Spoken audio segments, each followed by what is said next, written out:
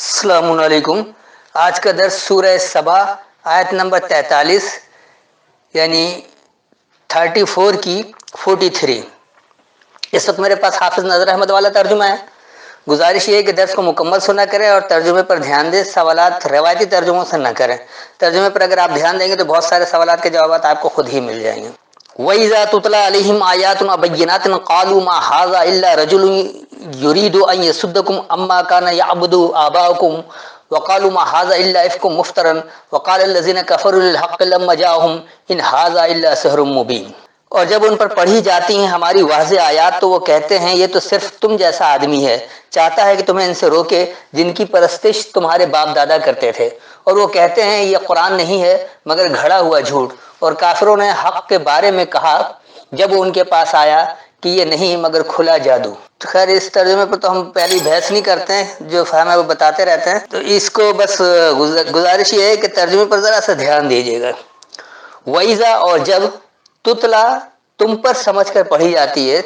علیہم ان پر، آیاتنا ہماری آیتیں، یعنی جب تم سمجھ کر پڑھتے ہو ان پر ہماری آیتیں، واضح آیتیں، بیان کی آیتیں، قالو وہ کہتے ہیں ما ھذا کیا ہے یہ، الا رجل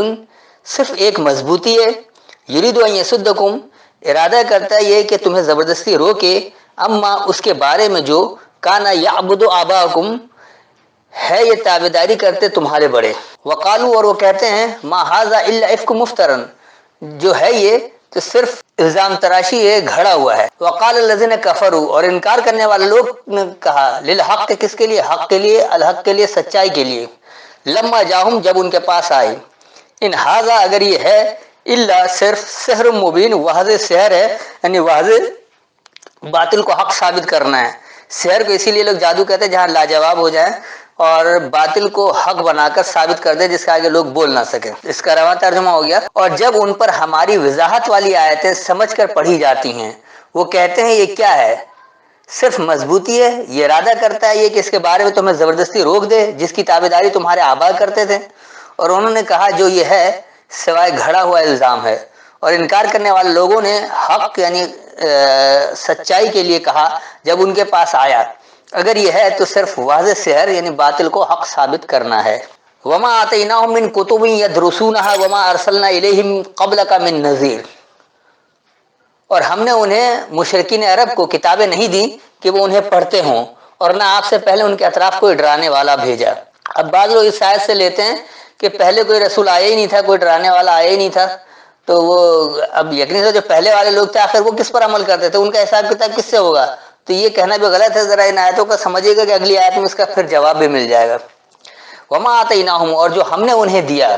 من کتب کتابوں سے، یا کسی بھی کتاب سے، کتابوں سے کتب ہے ہی جمع کیونکہ اللہ کی کتابیں آتی رہی ہیں اور قرآن آخری کتاب ہے۔ یدرسونہا وہ درس لیتے رہے ہم سے اس کا، وما ارسلنا الیہم اور جو ہم نے بھیجا ان کی طرف قبل کا پہلے سے، من نذیر کوئی پیش کرنے والا، اور ہم نے انہیں کتابوں میں سے یعنی بہت ساری کتابیں نہیں دیا، یا جو ہم نے انہیں کتابیں دیں وہ اس سے ہم سے درس لیتے ہیں، اور ہم نے تم سے پہلے ان کی طرف کوئی پیش کرنے والا نہیں بھیجا۔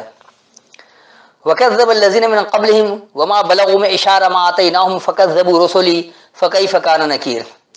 اور جو ان سے پہلے تھے انہوں نے جھٹلایا، اور یہ مشرکین عرب اس کے 10ویں حصے کو بھی نہ پہنچے جو ہم نے انہیں دیا تھا، سو انہوں نے میرے رسولوں کو جھٹلایا تو کیسا ہوا میرا عذاب۔ وَكَذَّبَ الَّذِينَ مِن قَبْلِهِمْ اور جھٹلایا لوگوں نے ان سے پہلے سے، یعنی پہلے والے لوگ بھی جھٹلاتے ہی رہے، کسے؟ وَمَا بَلَغُوا مِعْشَارَ اور جو پہنچا انہیں معاشرہ، اشر کہتے ہیں معاشرے کو، معاشرے نہیں معاشرے کا طریقہ کار جو انہیں پہنچا،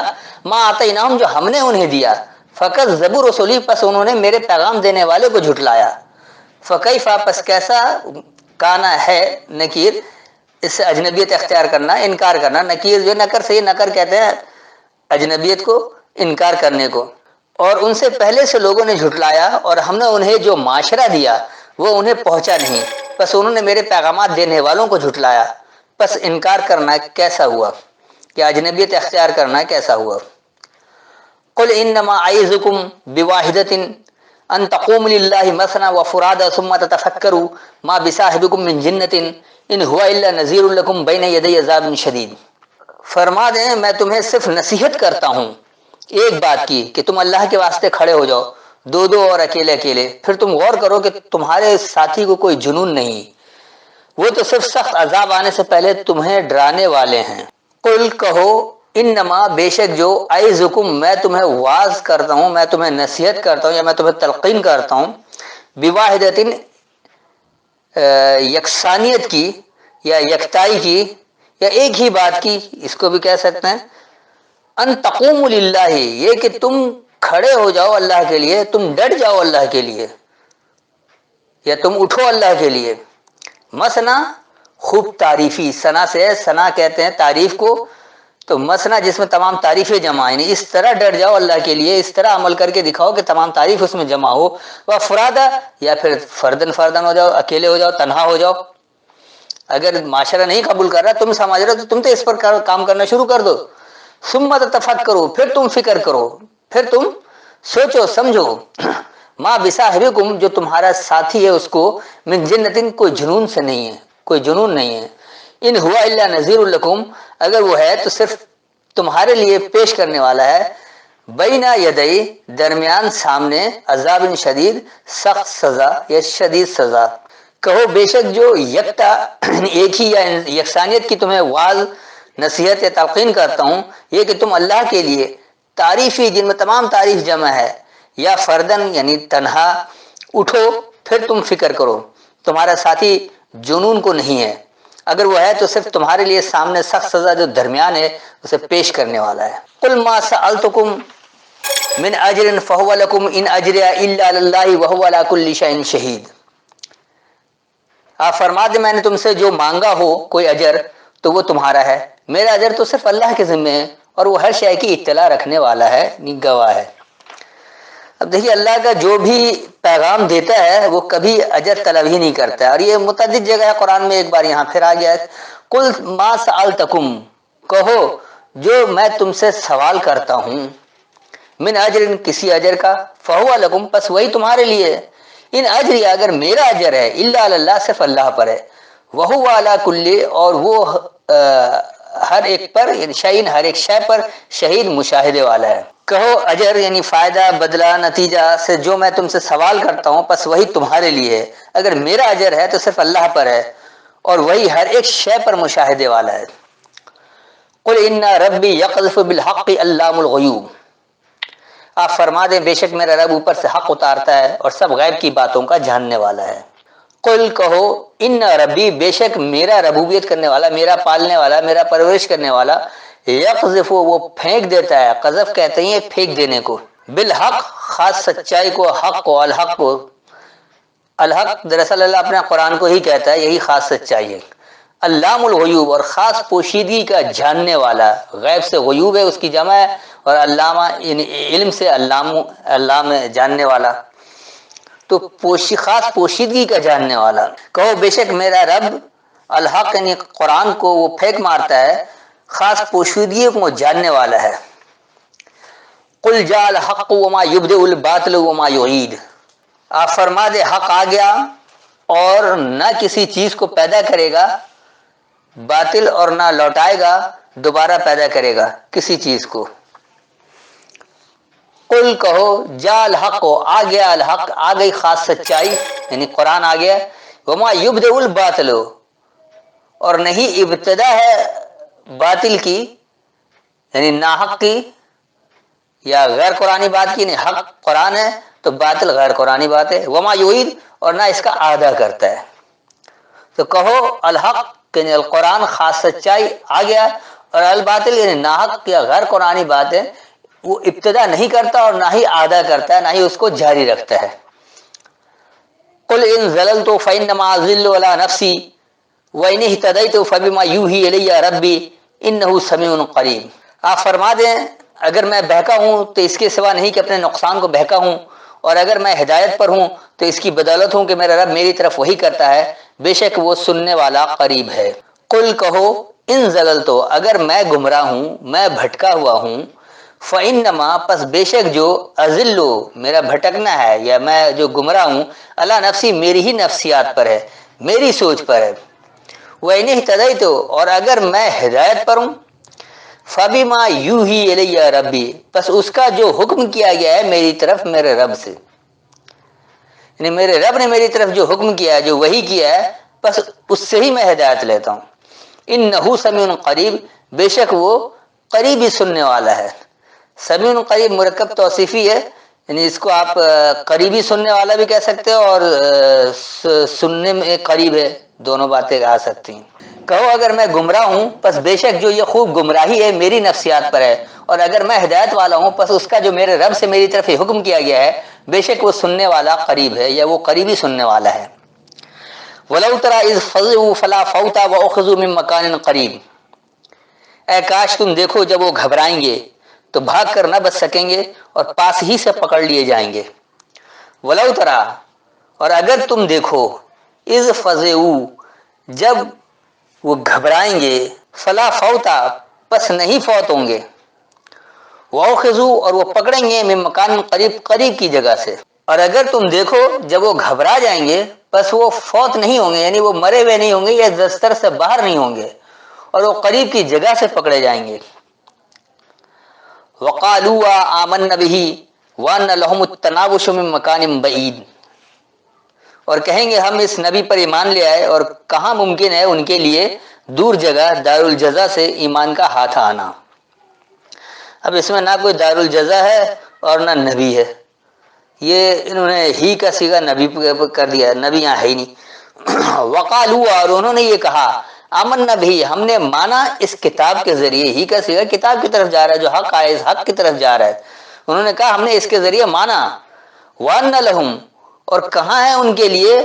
التناوش، تناوش کہا جاتا ہے طلب کرنے کو، لے لینے کو، جیسے ہمارے اردو میں کہا جاتا ہے کہ تناوش فرمائیے، لے لیجئے، کھا لیجئے، ایک تناول ہوتا ہے اردو کا لفظ۔ تو یہ تناوش جو ہے دراصل طلب کرنا، لے لینا، من مکان بعید، دور کی جگہ سے۔ اور انہوں نے یہ کہا ہم نے اس کے ذریعے مان لیا، اور ان کے لیے کہاں ہے دور کی جگہ سے کچھ طلب کرنا، کچھ لے لینا۔ وقد کفروا به من قبل وَيَقْذِفُونَ بِالْغَيْبِ مِن مَّكَانٍ بَعِيدٍ،